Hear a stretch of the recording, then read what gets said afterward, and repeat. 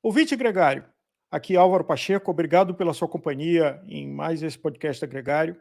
E vamos falar de um tema, nós fizemos um programa histórico que muito nos honrou sobre ciclismo além da escuridão, com um ser humano e um atleta admirável que foi a Gilce, a quem eu agradeço, meu companheiro de bancada hoje, que é o Rodrigo Maduro, que fez contato conosco no Gregário para falar um pouco sobre esse tema. É um tema que a gente já falou algumas vezes, já tivemos o Xamã, já tivemos a Cris, que é piloto aqui, mas nunca dedicamos toda a atenção merecida para o paraciclismo.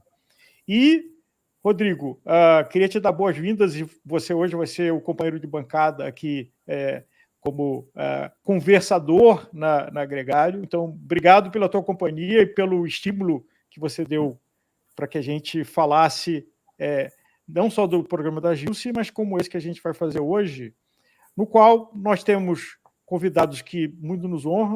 O Edilson Rocha Tubiba, um importantíssimo dirigente do sucesso do paraciclismo, e o Cláudio Diegues, que já esteve conosco aqui num programa, onde tivemos um problema de conectividade, mas é um treinador, eu acho que eu não preciso, dispensa apresentações, mas alguém que vive o treinamento de alto rendimento masculino, feminino, de para-atletas masculinos e femininos, experiências internacionais, já tendo feito uma casa na Bélgica, e hoje envolvido de várias formas com o paraciclismo. Então, Rodrigo, Edilson Tubiba e Cláudio, bem-vindos a Gregário. Eu agradeço muito o convite, Álvaro. Cumprimento aí o Rodrigo Maduro, que também é um atleta paralímpico do paraciclismo, aí, um grande atleta, e o Cláudio, que é treinador, como você mesmo já falou, dispensa aí apresentações, né? Agradeço muito a oportunidade de estar aqui para a gente bater um papo sobre o paraciclismo e todo o trabalho que a gente realiza aí na confederação. Então, queria começar com uma pergunta para você, Tubiba, e eu entendo que esse uma forma carinhosa que praticamente todo mundo se dirige a você. A gente está se conhecendo há pouco tempo. O paraciclismo traz resultados consistentes e que honram muito o Brasil já há alguns ciclos olímpicos. Qual é o segredo desse sucesso? Bom, Álvaro, no esporte, eu acredito que para você ter sucesso, você tem que ter sempre uma combinação, né? O talento, a gente tem bons talentos, o brasileiro no esporte paralímpico é talentoso, e aí eu falo do esporte paralímpico como um todo, a gente é uma potência paralímpica mundial, nós somos o 6º país do mundo, né? E, naturalmente, você consegue, com esse talento, fazer um planejamento, né? Porque você começa a pensar, bom, eu tenho aqui um produto muito bom que é o atleta. Se eu der a oportunidade a ele, ele vai trazer o resultado que a gente precisa. E aí a gente tem das visões do Comitê Paralímpico Brasileiro, do Comitê Paralímpico Internacional, perdão, e do Comitê Paralímpico Brasileiro também proporcionar ao atleta paralímpico oportunidades para que ele possa inspirar o mundo. E eu acho que é isso que a gente faz. Proporciona a ele a oportunidade de se planejar, de treinar, de conseguir ter um caminho a seguir. E aí a gente coloca o caminho que ele precisa cegar e o caminho para a gente ter o sucesso. Então, planejamento aliado ao nosso talento aí que o brasileiro tem. Mais uma vez, Álvaro, obrigado por ter aberto aqui as portas para a gente poder falar sobre o ciclismo, né? Paraciclismo também, tá bom? Fico muito feliz de estar aqui como um gregário, tá bom? Principalmente com essas pessoas tão importantes aqui para o esporte paralímpico brasileiro, tá? Agora, vou fazer uma pergunta aqui para o Cláudio, tá? Eu sou fãzão dele desde que eu voltei a pedalar, tá? E conheço muitas histórias, mas a história que eu quero perguntar hoje, Cláudio, é sobre seu pai, que eu sei que foi uma pessoa muito importante para o esporte e para o ciclismo de Santos, né? Eu gostaria de saber um pouco mais sobre a família Diegues. Bom, obrigado, Álvaro, pelo convite. Um abração para o Tubiba, nosso mentor aí do paraciclismo, nosso diretor. E, como eu falei já para você anteriormente, Álvaro, acho que ele sempre fala que não, mas muito do que é, ou quase tudo do que hoje é o paraciclismo, eu acho que se deve a ele, a organização dele, a forma como ele conduz, e ao Rômulo Lazzaretti, que é nosso coordenador direto e que consegue fazer as coisas acontecerem, né? A gente sempre está, de uma forma, querendo evoluir. Às vezes a gente quer um pouquinho mais do que a gente sempre pode ter, e o Tubiba faz com maestria essa coordenação para que as coisas aconteçam, e a cada ano vem passo a passo evoluindo cada vez mais. Então, queria agradecer demais ao Tubiba, já falei isso para ele pessoalmente, mas, mais uma vez, nunca é demais as oportunidades para a gente agradecer. E obrigado, Rodrigo, pelo convite também. E a pergunta, bom, meu pai era um apaixonado, filho de espanhol, ele nasceu no navio, vindo para cá, né, com meus avós imigrantes, e ele era um deficiente físico, né, eu acho que os mais antigos que conheceram ele sabem, e ele nunca soube andar de bicicleta, mas o meu avô era apaixonado por ciclismo, e depois o meu pai foi, desde sempre, acompanhando com meu avô as competições de ciclismo, e passou a ser um apaixonado, e acabou fundando a Liga Santista de Ciclismo, se tornou presidente da Federação Paulista de Ciclismo e, junto com o seu Bruno Calói, coordenou a criação da Confederação Brasileira de Ciclismo. Então, esse era ele, um apaixonado, uma pessoa que nem andar de bicicleta sabia, mas que, em função das raízes espanholas aí, e com a tradição que o ciclismo tem na Europa e, consequentemente, na Espanha, começou a veredar por esse mundo das duas rodas e não parou mais. E, naturalmente, isso daí veio comigo, com a minha irmã, e a gente vai dando seguimento a esse trabalho com o ciclismo. E desde eu, diretamente, em 2008, assim, comecei a ter um contato maior com o paraciclismo, inicialmente aqui em Santos, com o Motorzinho, que foi um dos primeiros atletas também do paraciclismo no Brasil, e depois com a Marcinha Fagnani, que segue até hoje. Cláudio, admirável essa herança maravilhosa que você relatou com a gente. E, Tubiba, falando em herança, tem uma pessoa que é o Andrew Parsons, que hoje é o presidente do IPC, que seria o correspondente do COI, né, é o órgão máximo de coordenação da Paralimpíada. Que ele é brasileiro, porque, inclusive, eu ouvi um documentário lindo sobre atletas PCD, estrangeiro, onde é mencionado a presença dele, a importância dele nos Jogos Paralímpicos de 2016 do Rio de Janeiro. Sim, o Andrew Parsons tem um defeito grave. Ele é brasileiro e é corintiano doente,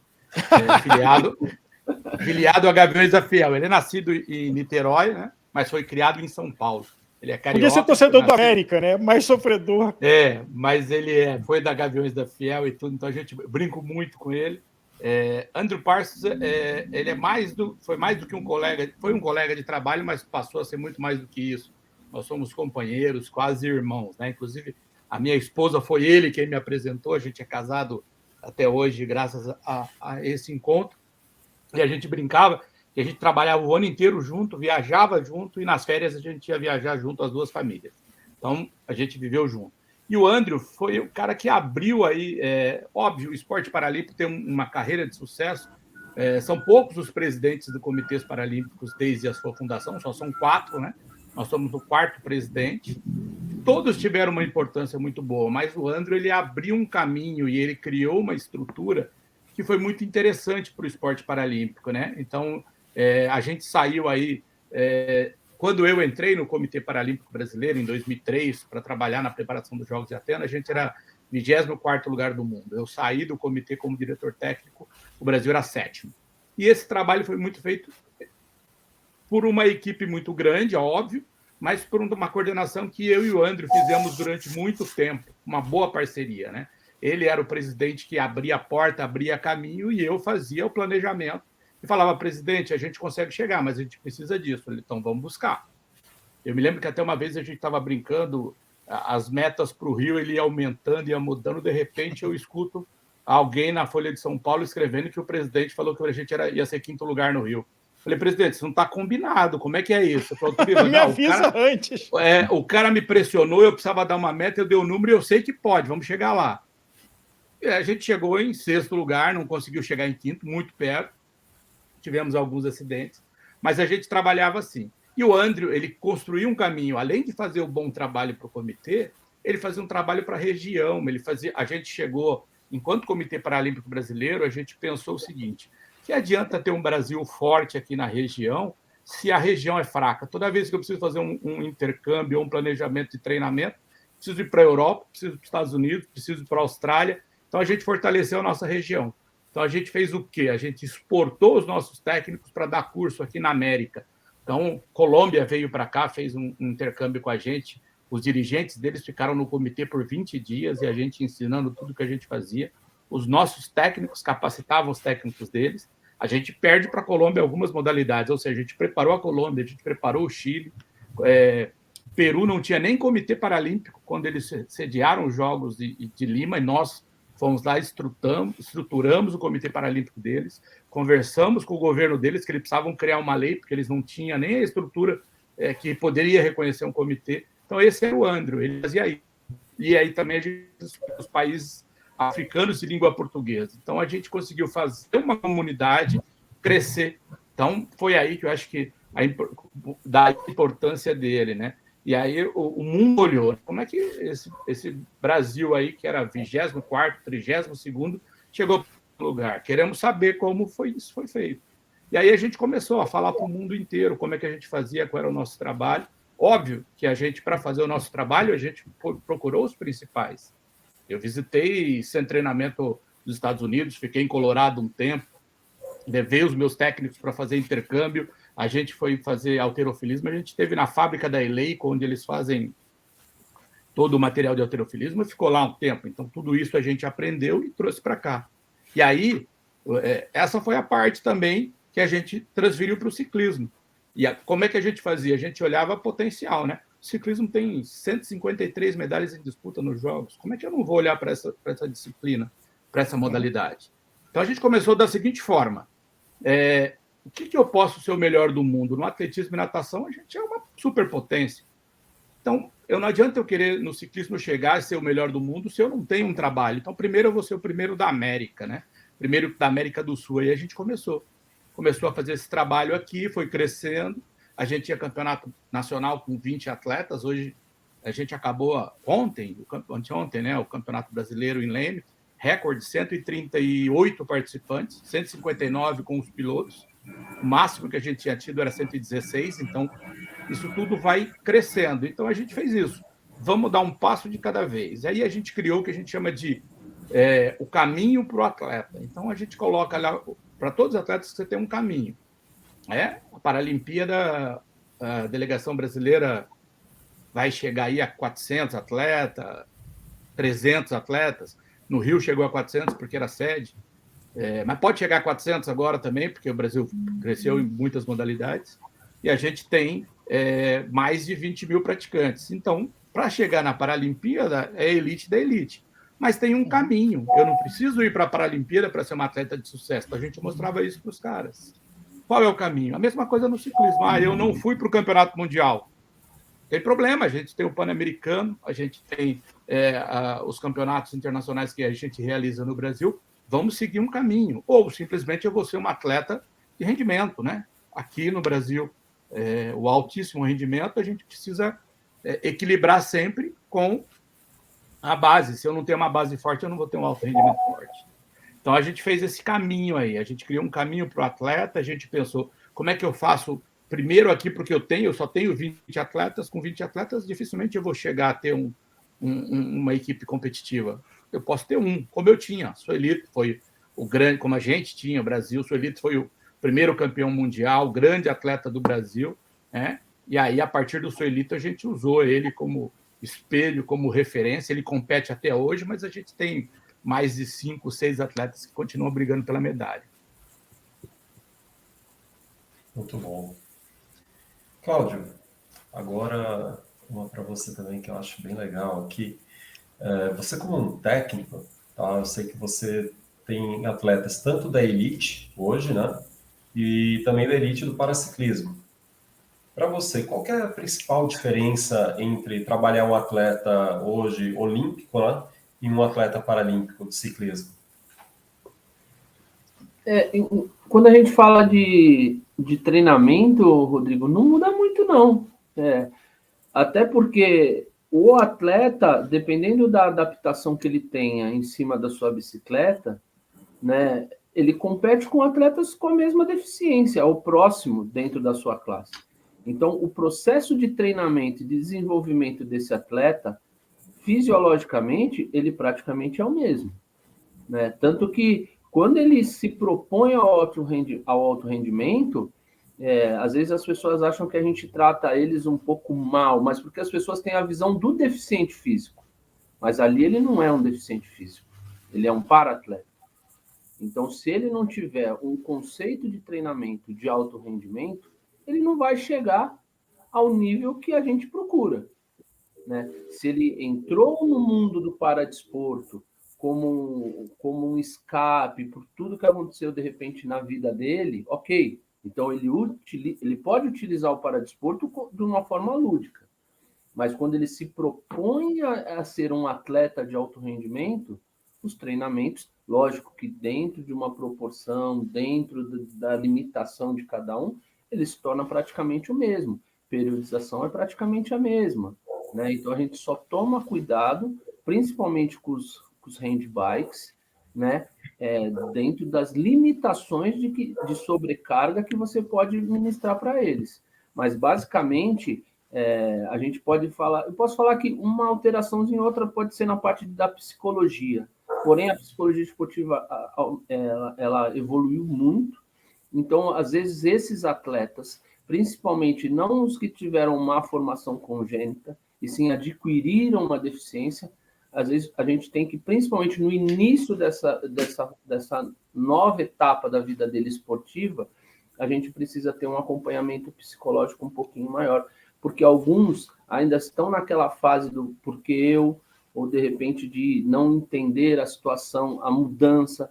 Acho que o Tubiba lembra, o André Grisante, no início, ele teve um pouco de dificuldade para entender que ele não era mais aquele super campeão do ciclismo. A cabeça dele, no início, ainda trabalhava com um atleta que ele foi no ciclismo olímpico. Só que ele tinha algumas limitações. E quanto que demorou, e o André agora chegou na sua medalha. Hoje ele é um dos melhores atletas do mundo na classe C4. Então, acho que se eu posso falar que tem alguma coisa que a gente tem que trabalhar de uma forma mais objetiva, é a parte da psicologia, dependendo do tipo de deficiência que o atleta adquiriu, né? Geralmente, o atleta que tem uma má formação, ele já convive com isso sempre. Por exemplo, o Lauro, ele sempre teve a má formação, então ele aprendeu a andar de bicicleta dessa forma. A Micaele, aquela má formação dela, ela aprendeu a andar de bicicleta com a deficiência dela, com a má formação. É diferente de uma pessoa amputada num acidente, que ela tem que reaprender a andar de bicicleta. Entendeu? Então, acho que, basicamente, a gente tem que olhar um pouquinho mais para o lado psicológico, de entender aonde esse atleta está e aonde, de repente, ele pode chegar. Eu posso até complementar, desculpe, Álvaro, essa resposta do Cláudio, com a resposta dele, complementar a resposta que eu dei da pergunta anterior, né? O Cláudio está falando, realmente, a gente precisa tratar e treinar exatamente como a gente treina um atleta olímpico. Limite máximo, né? A gente teve agora na Copa do Mundo. Você vomitou na prova? Vomitei. Tá bom, tá ótimo. Ninguém vai ficar reclamando porque ele vomitou na prova. Que bom, né? Se ele não vomitou, acabou tranquilo, tá ruim. Mas isso é só um detalhe. A gente precisa trabalhar alguns atletas acima do altíssimo rendimento para a categoria dele. Então, exemplo, vou dar aqui, o Lauro. O Lauro, no Campeonato Brasileiro, que foi agora, ele sobra. Ele vai conseguir deixar todo mundo escapar. Ele é campeão mundial, ele está muito acima dos outros. Então, não adianta eu botar o Lauro para competir só o Campeonato Brasileiro e as Copa Brasil de Paraciclismo. Ele tem que competir no Olímpico, onde ele vai sobrar, onde ele vai buscar, onde ele também eventualmente ganha, como ele tem ganhado. E eu tenho que fazer isso. Então, ele tem que estar sempre acima. Agora, no Campeonato Brasileiro, as meninas, a Jade, que é uma atleta nossa cadeirante, que é muito forte também, só ela e a Mariana, na classe dela, são fortes. Então, o que a gente fez? Botou ela para largar junto com os homens. Metade da prova elas acompanharam. Aí, a hora que não deu mais, conseguiram sobrar, mas pelo menos ela fez metade da prova em altíssimo rendimento, competindo com os homens. Isso não atrapalhou em nada a competição masculina, ajudou o nosso atleta, e aí esse é o trabalho que a gente precisa fazer. Procurar um caminho para melhorar. Então, o treinamento é esse, sempre acima do normal. Tubiba, aproveitando a sua intervenção, qual é o critério, talvez ele não seja nem tão objetivo, de acompanhar o ciclo de maturação de um atleta ou de uma atleta, uma vez que os recursos são limitados, né? Então, há uma escolha de acompanhar um atleta e apoiar menos aquele atleta do ponto de vista financeiro nos recursos públicos que existem. Assim como quando chega em eventos internacionais, de pan-americanos ou até olímpicos, quem é que tem vaga? Então, você podia ajudar o nosso ouvinte a entender as duas coisas? Sim. Primeiro, vamos aí do ponto de vista de acompanhamento. A gente vai acompanhando de acordo com a evolução desses atletas dentro do calendário. O esporte paralímpico, ele tem uma característica, o paraciclismo está dentro dessa característica, óbvio, de um número grande de classes funcionais para atender todas as deficiências, todos os grupos de deficiência, para que tenha uma competição justa, né? Então, nós temos no paraciclismo 13 classes funcionais. 2 gêneros, masculino e feminino, se a gente considerar aí, seriam 26 atletas. Se você só falar, vamos levar para uma competição ou vamos preparar o melhor atleta de cada classe. 26 atletas. É um custo altíssimo, fica praticamente inviável. E mais do que isso, aquilo que eu falei agora há pouco. Qual é a classe que a gente tem mais chance de chegar na medalha? Então, primeiro eu vou investir nessa, que está mais perto da medalha. E vamos tentar fazer as outras crescerem para ir chegando, para estarem próximo da medalha. A gente foi lá atrás. A gente viajava com 3 atletas, com 2 atletas. A última competição na Europa, a gente chegou a estar com 23 atletas, né? 37 pessoas. Então, é isso que a gente vai fazendo. De certa forma, alguns a gente financia 100%, alguns a gente auxilia, né? Ajuda com parte do recurso, outra parte o clube dele ajuda. E aí, quando você fala de prova de estrada, ela praticamente é subjetiva, porque com 26 atletas você não tem como fazer um critério objetivo, uma vez que cada percurso, cada prova é de um jeito. Já na pista, não, a gente cria um critério técnico mesmo, um índice. Então, o atleta que atinge esse índice, ele está dentro da seleção. Nós tivemos agora no Mundial 5 atletas que atingiram o índice, 3 índice A e 2 índice B, os 3 estão garantidos. Já para a estrada, a gente teve que criar um critério para poder fazer uma convocação, né? Primeiro, para estar no Campeonato Mundial, você teria que ter se classificado entre os 12 primeiros em uma etapa de Copa do Mundo. Quem não foi a uma etapa de Copa do Mundo ainda não está pronto, ainda não está maduro o suficiente para estar no Campeonato Mundial. Então, a gente avalia dessa forma. E aí é muito o trabalho, o feeling da comissão técnica. Cláudio, Armando, Rômulo e Cláudio Civati. Então, eles avaliam todas as competições e a gente vai vendo esse amadurecimento dos atletas. E a gente já chegou a fazer. E, em determinada competição, a gente vai experimentar um atleta da classe H3, na outra um da H4, ou da C2, da C3, e a gente já levou. Teve atleta que foi para uma competição, não foi a outra. E aí a gente vai equilibrando isso para ter aí a melhor formação, né? A gente tem uma dificuldade, o Cláudio falou aí, os atletas que têm deficiência adquirida, sobretudo na cadeira de roda. A grande maioria, ele vai para a cadeira de roda na idade adulta, né? Ele sofreu um acidente de carro, ou sei lá, uma briga de trânsito, acidente de arma, geralmente na idade adulta. Você tem pouquíssimas crianças na cadeira de roda. Então, quando você pega esse cara na idade adulta, você tem uma questão. Nem sempre ele foi um atleta de iniciação, como é o caso do Lauro. O Lauro ele sempre andou de bicicleta. Então, ele teve a educação esportiva necessária para andar. E o atleta que ficou deficiente na fase adulta e resolveu pedalar de handbike, esse cara não teve a iniciação no esporte. Então, ele não aprendeu ainda os ciclos, os caminhos.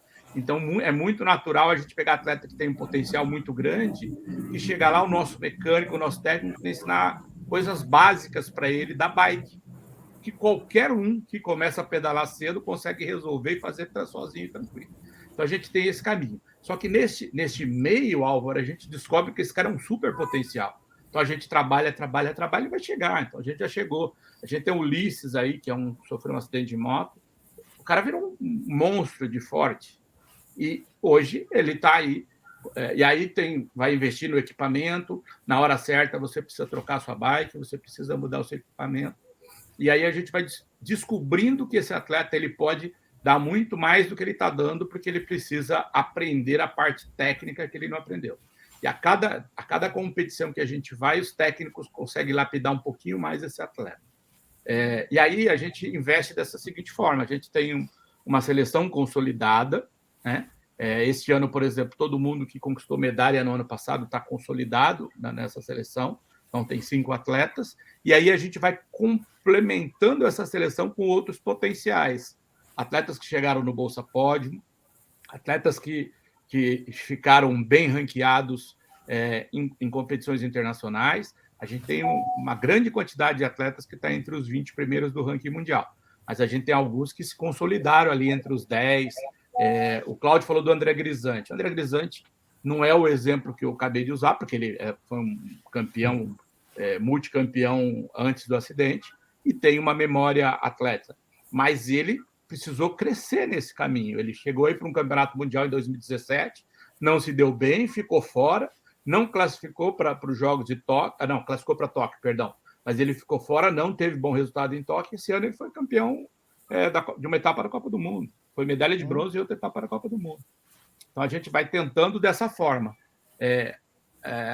ter o maior número de atletas possível, mas com essa limitação do recurso. Aí a gente faz isso.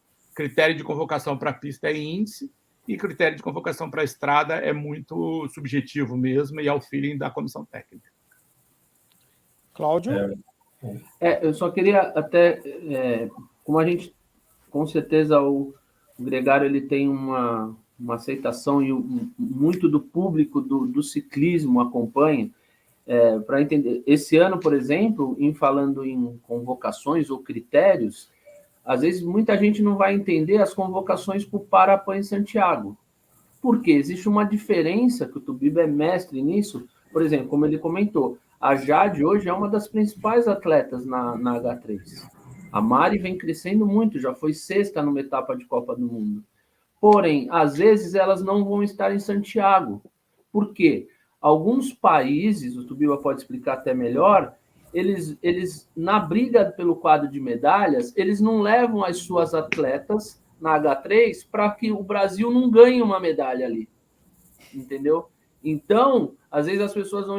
Pô, mas a Jade é tão boa, por que não levaram? Porque é um jogo. Se não abrir a classe dela, não compensa a gente levar, como a gente levou para Toronto, né, Tubiba? Ela teve que competir com os homens.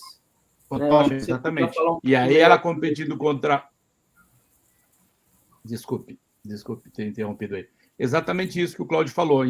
Para os Jogos Pan-Americanos de Toronto, a gente levou ela e lá ela teve que competir com o homem. Então, o que aconteceu? A gente conseguiu confirmar a prova com a nossa atleta para garantir uma medalha de ouro para o Canadá, que estava com o atleta masculino lá. Então, você tem que olhar muito isso. E aí, nos Jogos, tanto pan-americanos, para-pan-americanos, quanto Jogos Paralímpicos, o ciclismo, ou várias modalidades do esporte paralímpico, ele é diferente do olímpico, porque no olímpico você tem o índice e você vai. Eu fiz o índice olímpico, eu estou na Olimpíada. Paralímpico, não. Paralímpico, eu tenho o número de vagas. Então, para o Parapan, nós conquistamos 14 vagas, 7 masculino e 7 feminino. se você for comparar a quantidade de atletas que tem índice para essa vaga, a gente tem 50. Só que eu só posso levar 7. Entendeu? Então, aí eu vou ter que ter o critério. Aí entra nessa questão. Quantos atletas tem praticando na região? Tem prova que é agrupada, de H1 a H3. Eu não vou levar o atleta da H1, que certamente ele não vai fazer frente ao atleta da H3. Entendeu? Então, aí você precisa avaliar tudo isso. Se eu levar uma atleta, eu vou abrir uma prova que vai dar uma medalha de ouro para os Estados Unidos.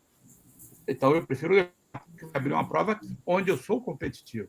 Então, de novo, a gente tem 13 classes funcionais e 7 vagas. Então, se levar um de cada classe, ainda assim ficam 6 de fora.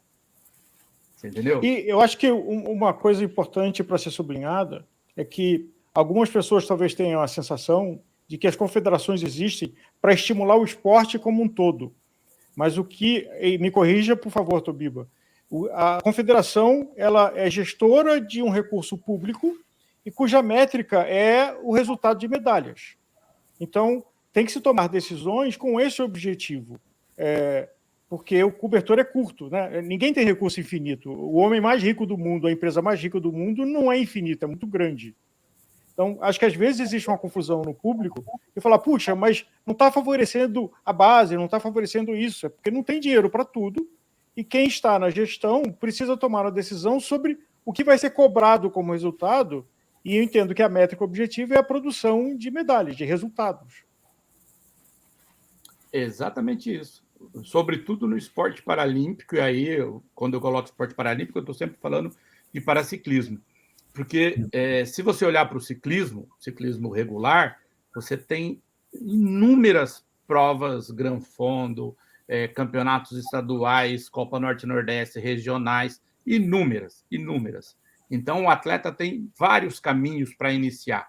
Aí tem sub-20, sub-18, sub-30, tudo isso. No Paralímpico não tem. Se a confederação não fizer, ontem até a gente falou sobre isso e vamos reconhecer. São Paulo tem feito um bom trabalho, o Paraná começou a fazer um campeonato estadual, Rio Grande do Sul, a Bahia fez um agora recentemente, mas não tem. Então, você precisa trabalhar.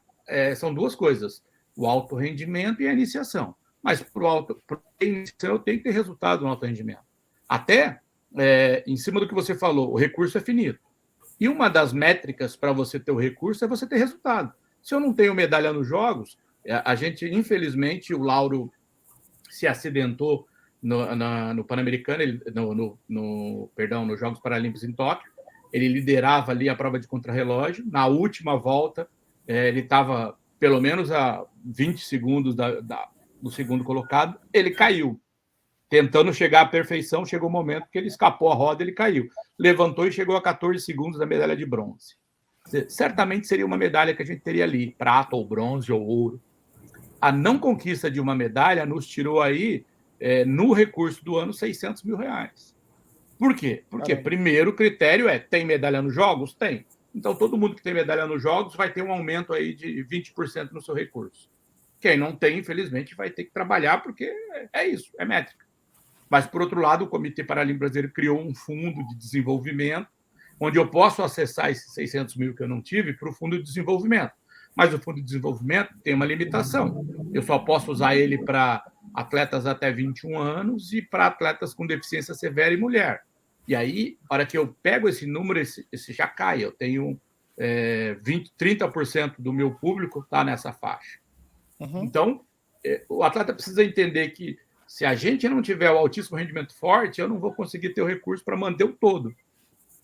Primeira coisa que a gente fez, garantir que o atleta tenha um calendário de competição forte e seguro. Então, a gente proporciona a ele 5 etapas no ano, muito boa, muito forte. E aí, garante isso, esse recurso. Com o restante, a gente vai fazer o melhor possível no alto rendimento para aumentar o nosso recurso e dar lucro para a empresa. O lucro para uma empresa de esportes é medalha. Então, quando a gente estiver trazendo medalha, a gente está dando lucro para a empresa. E aí, o lucro para a empresa ele é revertido para...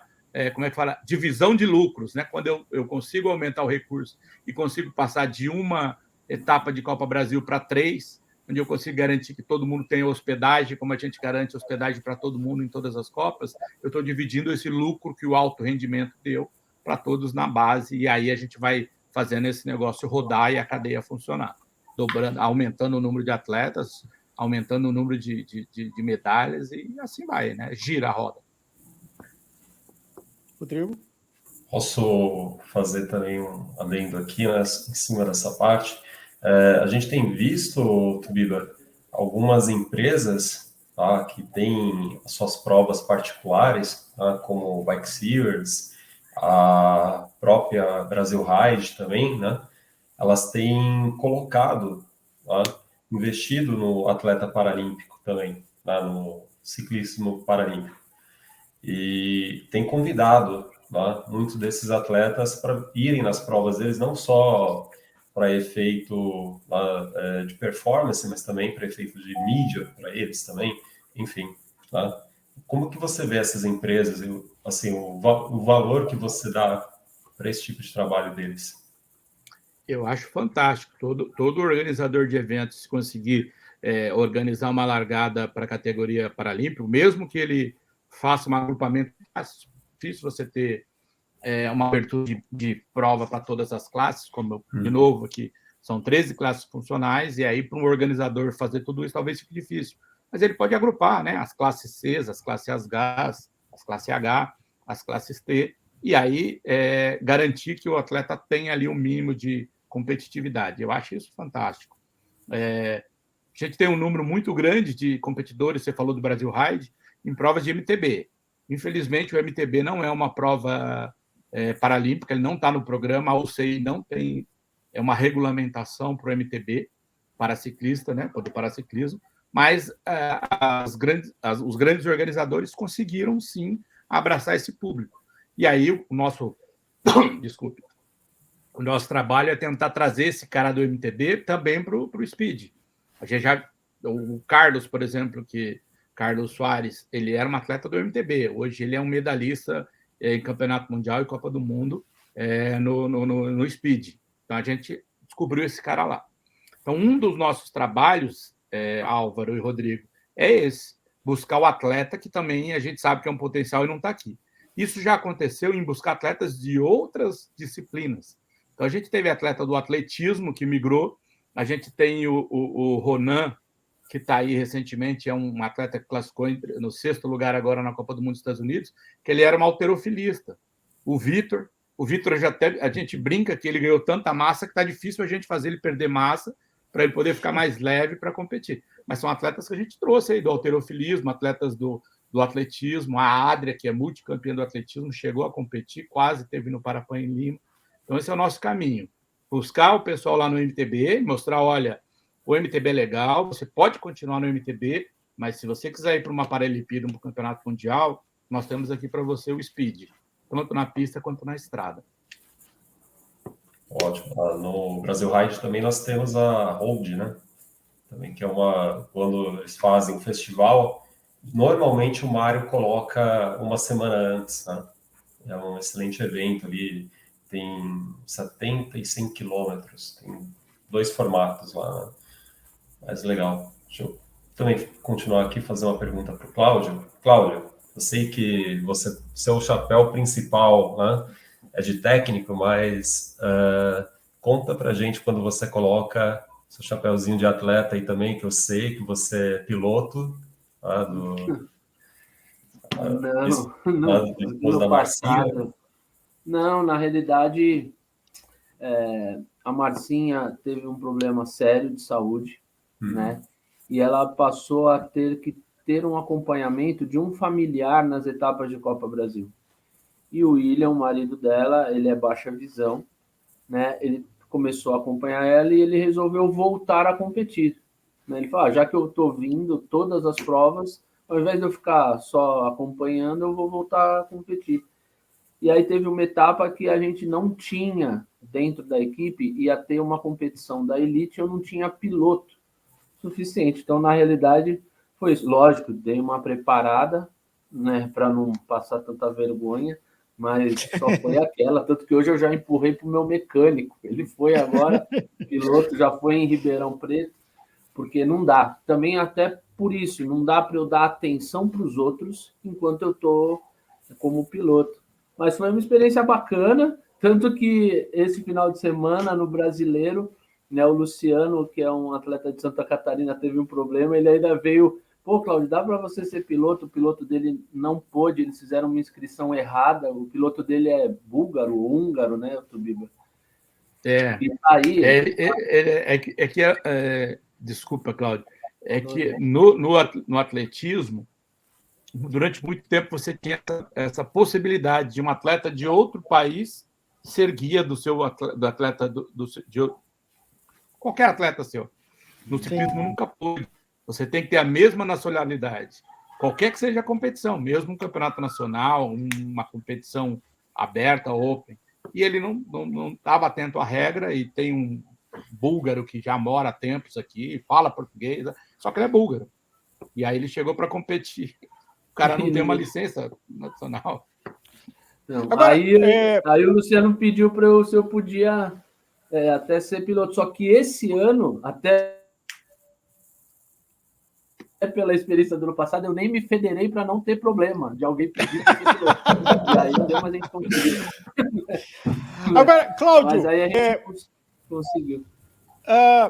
Ser piloto é um desafio, porque tem uma comunicação muito fina com o atleta. Como é que foi para você essa experiência de ser o stand-by? E, óbvio, você conhecia a atleta que você estava com o piloto, mas não é uma coisa que se aprende rápido, imagino. Como é que foi esse desafio de... É claro que você está convivendo nesse mundo, você conhece as comunicações, os sinais, as provas, mas, inclusive, porque eu não tive a oportunidade, mas a gente, com a Gilce aqui, o caso do piloto, a pilotagem é uma pilotagem que tem que ser bruta, porque a bicicleta, o conjunto todo, são quase 150 quilos. Como é que foi você, assim, te pegaram no susto? Pelo jeito foi traumatizante, você nem se federou para cair de novo, mas de qualquer forma, como é que foi a experiência? Não, foi fantástico, assim, lógico que a gente teve um tempo, então eu me preparei quase que 3 meses, voltei para a musculação por causa disso, é pesado, né, desgasta bastante, você tem que manter a concentração, é só você ver, você pedala, né, conforme você vai pedalando durante um longo período, os teus reflexos diminuem, né, e eu não estou sozinho ali, né? Só que a força geralmente não. A força maior, quem faz, é o cego, certo? Então, o que você tem que estar é condicionado para não atrapalhá-lo. E entender mais ou menos o perfil do seu atleta, né? Para saber as marchas que geralmente, dependendo do declínio, do aclive, você utilizar da melhor forma possível. Eu acho que com o tempo que eu tenho e já o contato com vários atletas, já tinha pedalado em treinamentos com alguns atletas, aí essa adaptação foi mais fácil. Mas a parte física é a que demanda mais para que você esteja são o suficiente para conseguir fazer a melhor pilotagem possível e não atrapalhar o seu atleta, né? Porque se o piloto ele acaba sendo inferior na parte fisiológica do que o atleta, ele só vai atrapalhar. É só um peso morto que o atleta vai ter que acabar empurrando. Mas foi bom, não foi traumático, mas eu acho assim, ano passado, quando eu participei, eu acabei deixando de atender os outros atletas, né? Isso daí não foi muito legal. Então eu falei, acho que cada um no seu quadrado, né? Vamos tentar achar algum piloto para ele. E aí como o meu mecânico ele veio da minha assessoria, era meu aluno, falei, vamos tocar aí, e deu certo. Mas não foi muito traumático, não. É mais um fato de não querer passar mais pela experiência, porque é sofrido, né? Você tem tantas atividades e você tem que se manter minimamente como um atleta, e não dá mais para mim, né? Também já estou com 52 anos, então deixa para os mais novos para isso. E falando de gerações, Tubiba, tem um desafio de quando tudo encaixa e dá certo, né? E a gente teve Ayrton Senna, Fittipaldi, Guga, no surf o Medina, o exemplo do vôlei, e acho que aqui eu falei de alguns onde foram pontos isolados e alguns que foram projetos que se alongaram. No caso do paraciclismo brasileiro, claramente estamos indo, se eu não me engano, para o 6º ciclo olímpico. Como é o desafio dessa renovação? Porque depende da sorte e do talento de existirem atletas com potencial que serem trabalhados e corresponderem, mas, de novo, estamos falando de receita de bolo aqui. Claramente vocês estão no caminho, já indo para o 6º ciclo olímpico, e olhando para frente, porque a gente está falando do Xamã, do Grisante, dos outros que são atletas que chegam no momento que não tem mais a condição de performance. Né? Então, a gente tem tudo isso que você falou, esses ingredientes todos aí. A gente teve fator sorte com fator trabalho. A gente chegou um momento ali, 2011, 2012, que a gente tinha 3 atletas fenomenais na classe C5, que serviram aí, e aí é como espelho mesmo para os outros. Né? A gente teve uma situação no Canadá, em Baie-Comeau, campeonato mundial, se eu não estou enganado, em 2010, o Brasil chegou primeiro, segundo e terceiro. A UCI não tinha 3 medalhas do Brasil para o pódio. Foi lá na nossa tenda, correndo, pelo amor de Deus, empresta uma bandeira que vai ter o pódio agora, a gente só tem 2 bandeiras do Brasil. E eram 3 atletas fenomenais. Um faleceu, o João, infelizmente, num acidente de moto, e era o João, Suelito e Lauro. Então, são 3 fenômenos. Né? O João não veio a ser campeão mundial, mas em 2012 ele foi campeão geral da Copa do Mundo, o Suelito foi campeão mundial e o Lauro foi campeão mundial. A gente usou isso a nosso favor. Nós temos 3 atletas que são referência. Então, todo mundo queria ser o Lauro, ser o Suelito e ser o João. E aí a gente começou a trabalhar nos nossos possíveis talentos. E aí, óbvio, captação de novos atletas, como eu te falei. Então, hoje a gente já tem o Carlos, que é um atleta de 27 anos de idade, que já é medalhista. Certamente vai ser campeão mundial. Né? O campeão mundial da classe dele tem 48 anos. É um fenômeno também. Já foi campeão mundial de natação, campeão olímpico de natação, e foi campeão olímpico da classe C1, é a classe mais comprometida. Nós temos a Sabrina, que acabou de chegar. A Sabrina ainda está aprendendo, é aquele caso que a gente falou. Ela migrou do atletismo para o ciclismo. É uma atleta, ela tem memória de atleta, ela tem formação de atleta, mas ela não era uma ciclista. Então, ainda a cada tempo que ela vai aprendendo a ser uma atleta de pelotão, a ser uma atleta da pista, ela já ganhou a medalha de prata no Campeonato Mundial ano passado. Caramba. Então, com 1 ano e 6 meses, né, Cláudio, de ciclismo, isso. Ela foi vice-campeã mundial. Então, hoje a gente tem a Jade. A Jade, a Jade era uma atleta que a gente investiu muito nela. Ela fazia basquete em cadeira de rodas, ela é de Jandaia do Sul, no Paraná. E aí ela ia jogar basquete, os caras um dia jogavam com homens, porque não tinha um time de mulher. Um dia os caras iam, outro dia não ia, e ela sempre muito ativa, se revoltou, falou, vou fazer um esporte que não depende de ninguém, vou sozinho. Foi para o ciclismo. Então a gente pegou ela aos 14 anos e começou a investir na Jade. Só que chegou um momento que ela também, a carreira dela ia crescer, investiu. Hoje ela é patrocinada pelo Mackenzie, ela é patrocinada pela Caixa, foi patrocinada pelo BRB.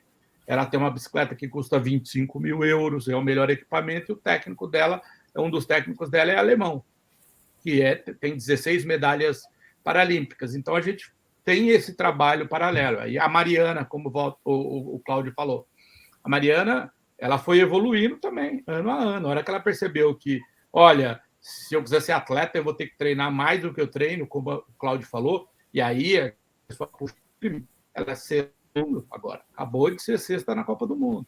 Então, aí a gente vai fazendo isso. A gente pegou o fator sorte, né? Tem uma geração com 3 atletas, só que os 3 eram da mesma classe. Sorte para campeão mundial, porque em algumas provas você pode 2 atletas por país e o terceiro se você tiver o campeão mundial. Então, chegou o momento que a gente teve que fazer isso. Pô, ainda bem que eu fui campeão mundial, senão eu ia ter que deixar um cara aqui do nível de medalha de fora. Então, a gente aproveitou esse fator para criar o espelho, para criar uma referência nas nossas competições e que os atletas buscassem aquele caminho. E aí hoje a gente tem. Então, hoje a gente tem aí 70 atletas largando num pelotão de handbike. Uma coisa fenomenal. É difícil você ter no mundo uma quantidade dessa numa competição nacional, tirando os Estados Unidos, que e Itália e Holanda, que são tradicionais. A Holanda não tem isso. Tem um número muito de atleta muito forte, mas não tem esse número para poder trabalhar. E aí a gente trabalha isso. Temos o fator sorte e o ingrediente talento que a gente busca lapidar. Bem, Claudião, Oi. vou aproveitar aqui e vou pedir para você falar um pouco também sobre os atletas, tá? A gente está falando aqui de uma nova geração. Eu sei que você tem ali um menino que eu, particularmente, quando eu conheci ele, me vi muito quando criança, né? O Gabriel, tá? Assim, e fico muito feliz de ver ele correndo, já chegando ali na ponta, né? Se não me engano, ele foi quarto no contrarrelógio e quinto, tá? Você me corrige, por favor. Foi. Resistência, tá? Assim, se fosse um menino que eu pudesse patrocinar, com certeza ele seria um deles. Mas me fala um pouco também, você tem mais alguns outros nomes que te marcaram, nomes que você assim aprendeu com eles, e o que você aprendeu também? Eu acho que todo paraciclista que passa na nossa mão, a gente acaba aprendendo, né? Pode até não ser um aprendizado esportivo, porque como o Tubiba falou, nem todos têm essa base esportiva, mas como vida também, e entender as diferenças e as necessidades de cada um. Mas eu acho que a gente aprende até mais com esses do que com os que já estão formados, né? Falando do Gabriel, é um menino que está aí no seu segundo ano, né? A única coisa, como o Tubiba falou, a gente não tem faixa etária no paraciclismo.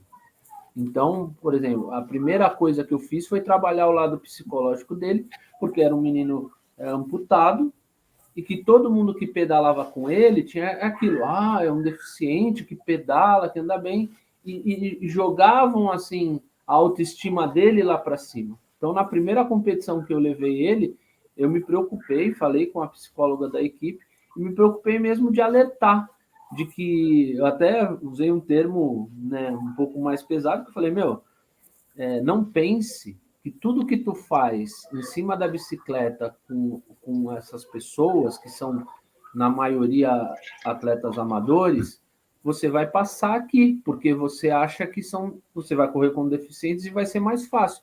Você vai tomar um pau nessa prova. Você compete com adultos. E ele, na época, tinha 15 anos. Eu falei, então, você vai ter que passar por um processo longo no paraciclismo até você começar realmente a ser competitivo. Né? É óbvio que eu fiz. Pela faixa etária, eu levo ele, e que é um diferencial, como o Tubiba falou, no caso do Gabriel, porque ele tem um calendário de provas que a maioria dos paraciclistas não tem. Porque o Gabriel compete na categoria, competia na juvenil até no passado, e esse ano já foi para júnior. Então, ele tem de 3 a 4 provas por mês se ele quiser para competir. E isso deu uma evolução muito grande. O brasileiro de pista, ele ficou a 1 segundo e meio da medalha de ouro na C4, certo? E menos de 1 segundo do bronze. Entendeu? Competindo com o Grisante, entendeu? Com atletas adultos, homens formados, só que utilizamos o quê? Marcha de juvenil, porque ele tem hoje o conceito e a base dele, como o Tubiba também deu o exemplo do Lauro, então o Gabriel é um menino que, quando ele chegar na fase adulta, ele teve uma escola de ciclismo. Agora ele foi quarto colocado na contrarrelógio, 1 minuto da medalha de bronze. Então, vem vindo numa... O último brasileiro, ele tomou 7 minutos do bronze. Entendeu? Caramba. Então, é isso. E a gente vai aprendendo com eles. Ele ainda não tem uma prótese esportiva. Ele pedala com a prótese social dele, que diferencia muito na pedalada, porque, Álvaro, para você ter uma ideia, a prótese social, ela tem o pé. Então, a base da prótese tá como se fosse o tornozelo. Então, quando ele faz a força no pedal, ele não faz no pedal, ele faz no calcanhar. Então, ele não gera a potência que ele poderia gerar, porque ele pisa aqui, ó, certo? Por isso que a prótese esportiva dos amputados, quando eles pedalam com essa prótese, ela vai direto, ela não tem o pé, ela simplesmente vai direto na formação do pedal, você coloca o taquinho do pedal você clipa Na direto. prótese. ou seja, você exerce a força e gera uma potência diretamente no pedal. Então, a gente vai aprendendo com eles muito sobre as adaptações, sobre a vida de cada um, as dificuldades de cada um em chegar. Né? Quem viu, na época, aprendi muito com o motorzinho. O motorzinho mora num bairro muito afastado daqui. O motorzinho ele tinha que pedir ajuda, porque as cidades cheias de lombada, a handbike dele parava nas lombadas. Então, ele tinha que pedir ajuda. Né? Então, começamos a colocar a handbike dele no centro esportivo, ele ia até o centro esportivo e dali já estava mais próximo da estrada. Então, a gente vai aprendendo com as adaptações de cada um deles, com o cotidiano de vida deles, e como eles conseguem se adaptar para o formato das suas classes e conseguir desenvolver o melhor potencial esportivo que eles têm a possibilidade de gerar. Cláudio, uma pergunta. Teve um atleta que ganhou muita repercussão, que foi o Oscar Pistorius, australiano, se eu não me engano, onde ele corria... Sul-africano. Sul-africano. O quanto ele poderia ter, correndo provas não PCD, não paralímpicas, ele ter uma vantagem pela alavanca da prótese. Existe esse caso de um atleta que usa alguma prótese e compete em provas de quem não tem prótese, e isso confere a ele a ela alguma vantagem? No ciclismo? Não, no caso do Pistorius, por exemplo, porque ele competia em provas... O que falam é a impulsão que a prótese gerava, né, Tubiba? Isso. Mas no caso do Pistorius, ele teve que entrar na justiça e chegou até o CAIS para ele ter autorização de competir na Olimpíada. Ele competiu na Olimpíada de Londres. Não teve nenhuma vantagem. É muito grande. Felizmente, em Londres, a gente ganhou dele. Foi quando o nosso atleta Alain Fonteles ganhou dele em Londres. A cabeça dele ficou só na Olimpíada, se preocupou em gastar energia na briga lá. Foi na Olimpíada, ele chegou numa final, uma final de revezamento com a equipe. Sozinho ele não teve nenhum resultado. Na prova de atletismo, por exemplo, o Pistorius não foi comprovado vantagem nele em função da lâmina. Fala que a lâmina dá uma impulsão, que joga, mas não foi comprovado. A preocupação maior que a vantagem que ele poderia levar é o fato dele não sentir as dores, porque a prova dele forte na Olimpíada foi 400. E ele não tinha um ácido láctico, né? Então ele não sentia as dores que todo mundo sentia para correr uma prova de 400, porque ele não tinha a musculatura da perna. Essa foi o maior questionamento. Né? Agora, a gente tem um alemão que ele compete no salto em distância. E aí, no salto em distância, ele é um fenômeno. Por quê? Porque ele usa a perna da prótese como alavanca para saltar. Então, hoje ele é o saltador que vai mais longe. Então, para ele, para a Olimpíada, há um questionamento que ele deveria saltar com a perna que não é a prótese. Ele não está preparado para isso. Impulsão, né, Tubino? A perna de impulsão não seria a da prótese. Ele salta, faz o triplo, salta com a prótese. É óbvio que aí ele tem uma vantagem muito grande. Só que dentro do Paralímpico, todos que competem com ele é igual. Então a vantagem é para todo mundo. Mas ainda assim ele é um fenômeno, porque ele salta 8 e alguma coisa. Mas o Pistorius não teve vantagem, tá? Não teve nenhuma vantagem. Acho que é um registro que me ocorreu aqui agora, fora do que a gente tinha pensado. Tubiba e Cláudio, aqui em nome da Gregário, queria agradecer pelo trabalho que vocês vêm fazendo. Velas acesas, por sorte, sempre ajuda, mas para o trabalho competente e disciplinado. Das alegrias que toda a equipe da qual vocês fazem parte estão trazendo para nós, brasileiros que gostamos do esporte, na modalidade foco de vocês do paraciclismo, mas ainda lidando com... Aí eu já tive a oportunidade mais recente com a Gilce, graças à introdução do Rodrigo, de conhecer pessoas, seres humanos extraordinários, que nos fazem rever os nossos conceitos e até uns mimimis que a gente fica de vez em quando e fala, fica quieto, porque desafio é outra coisa. Então, meu respeito ao atleta PCD e, em nome da Gregário, o meu agradecimento a você, Tubiba, a você, Cláudio, e às equipes que trabalham com vocês, por essas gerações que vocês estão trazendo, pelas oportunidades e pelas alegrias que vocês estão dando para a gente brasileiro. Eu que agradeço o convite, tá, Álvaro? E bom você citar toda a equipe, né? Então, também o Armando, o Rômulo, o Civati, né, o Zefal, nosso mecânico que trabalha o dia inteiro quando a gente está viajando em Copas do Mundo, que fazem tudo isso acontecer. Hoje, o Tubiba já conseguiu colocar também, a gente sempre, na maioria das provas, já está viajando com uma médica, né? Isso é muito importante, e a cada ano a gente vai conseguindo aumentar o corpo técnico para dar um suporte ainda maior para os nossos atletas. Então, eu agradeço mais uma vez o convite teu, Álvaro. Mando um abraço para o Leandro e brigadão, Rodrigo, também por ter lembrado do nosso nome. Bom, Álvaro, eu também agradeço muito. Queria dizer que esse trabalho a gente consegue fazer graças à confiança que o presidente Vasconcelos deposita na gente. Então, a CBC não mede nenhum esforço para que a gente consiga desenvolver tudo que está planejado. A gente tem uma equipe administrativa que todo desafio que eu lanço lá, eles resolvem. Então, olha, eu preciso resolver esse problema aqui. Então, a CBC é ponta firme, né? Eu acho que o encontro do esporte paralímpico com a CBC foi que fez o ciclismo crescer. Até 2008, o ciclismo era administrado pelo CPB, que tinha uma administração muito boa, mas tinha muita experiência com pessoas com deficiência, mas tinha muito pouca experiência com ciclismo, porque era a nossa praia. Então, em 2008, a CBC entrou, e aí a expertise da CBC levou a gente aí a conquistar mais de 110 medalhas em 8 anos, 9 anos de gestão. Então, o presidente Vasconcelos realmente dedica todo o esforço que a gente precisa aí para conquistar as medalhas, e o Brasil chegou à primeira medalha em Jogos Paralímpicos no ciclismo, graças à gestão da CBC e do presidente Vasconcelos. Muito obrigado, Álvaro, muito obrigado, Rodrigo, e muito obrigado, Cláudio.